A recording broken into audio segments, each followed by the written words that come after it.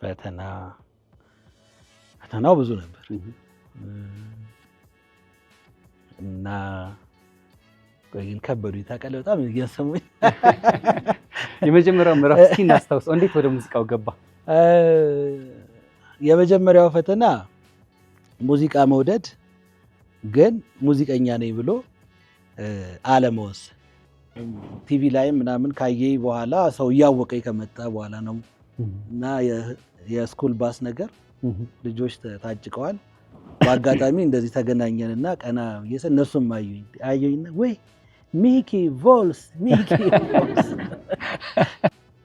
በአንተ ሙዚቃ ነው የተዋወቅነው በአንተ ሙዚቃ ነው የተጋባ ነው የሚሉኝ አሉ። አሁን ረዘም ስላለ ጊዜውም ከባሌ ጋር በአንተ ሙዚቃ ነበር መኋላ ማለት ረዝሞ ተፋተዋሉ እና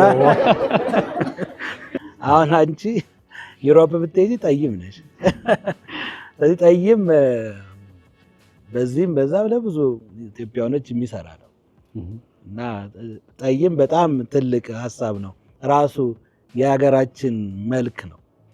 ስለዚህ ብዙ ቀይ ነኝ ብለሽ አትመሳይ። እንግዲህ ያንተ ትልቁ ስኬቱ ሙዚቃ ውስጥ የሄድክበት መንገድ በራሱ ማሳያ ሆኖ ይቀመጣል። ከዛ ጎን ለጎን ደግሞ ከስራ ያሉ ወጣቶችን በማብቃት ወይ መንገድ በማሳየት ረገድ ምን ያክል ይሞክራል? ምን ያክልስ በሩ ክፍት ነው? ያን ከሱ ተጋርተው መሻገር ለሚፈልጉ ኦኬ እንግዲህ እሱን ገና ነኝ ፍለጋውም ውስጥ አልወጣውም ወደ እኔም የመጣ የለም። አንድ ያየሁት ነገር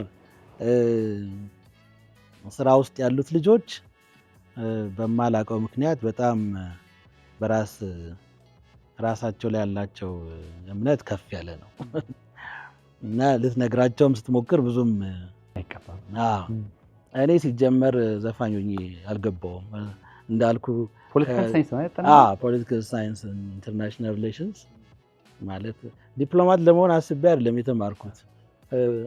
ዋይድ ያደርጋል አስተሳሰብ ስላሉ ዓለም አቀፋዊ ነው።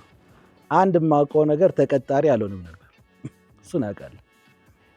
ትመጪ እንደው የሚለው ከአንተ ህይወት ጋር እንደሚገናኝ አንስታልና ከኔ ህይወት ጋር የሚገናኝ ብለህ የምታስበው ሙዚቃ አለ ወይ ብላለችና ከትመጪ እንደው ውጪ ሌላ ይኖር ይሆን ሚኪና ህይወቱን የሚገልጸው? አዎ አንተ ጎዳና ሞር ኦር ሌስ የራሴ የህይወት ሂደት ነው። አበበ ተካ ሰው ጥሩ በጣም ብዙ ሰው የሰማው ግን መቼም ሶሪ ሚውዚካሊ ብዙ ዝቅ ያሉ ነበር። ግን ያ ማለት በግጥም በዜማ በድምጽ የተጎዱ ነበር ማለት አይደለም። እንደውም ጥሩ ሊሆኑ ይችላሉ። እና በጋዝ ከውጭ ሆነው በጣም ብዙ የሚልኳቸው ዘፈኖች ነበሩ። አሁን መልስ አገኘሁልህ። የቴዎድሮስ ታደሰ ዝምታ በቃ ኦል ታይም ፌቨራይት አልበሜ ነው እና ያንን ደግሞ የሰራው አበጋዝ ነው። በጣም ይሄው 20 ስንት ዓመቱ ነው። በፍጹም እስካሁን እያበበ የመጣ ስራ ነው። ኢትዮጵያ ሙዚቃ ላይ ተቀይሮ ማየት የምፈልገው የኢትዮጵያ ሙዚቃ ኢንዱስትሪ ሆኖ ማየት ነው የምፈልገው። አሁን የጎጆ ኢንዱስትሪ መሆን አልቻለም። የሆነ ኪችን ዝም ብሎ